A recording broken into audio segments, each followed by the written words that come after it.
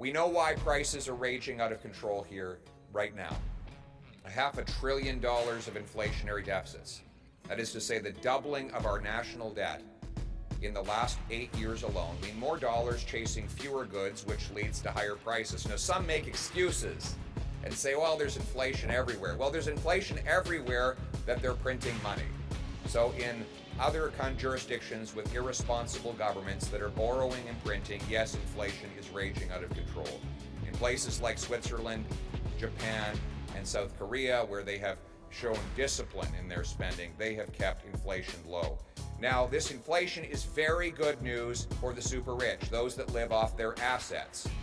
Why? Because those assets go up in market price. They actually get richer when governments print money and inflate asset values.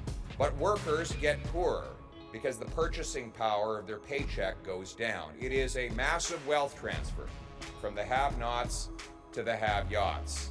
By the way, this wealth is almost entirely tax-free because those who accumulate it don't pay income tax on it. They simply borrow against it to buy more assets, which inflate yet further and raise the price of everyone else.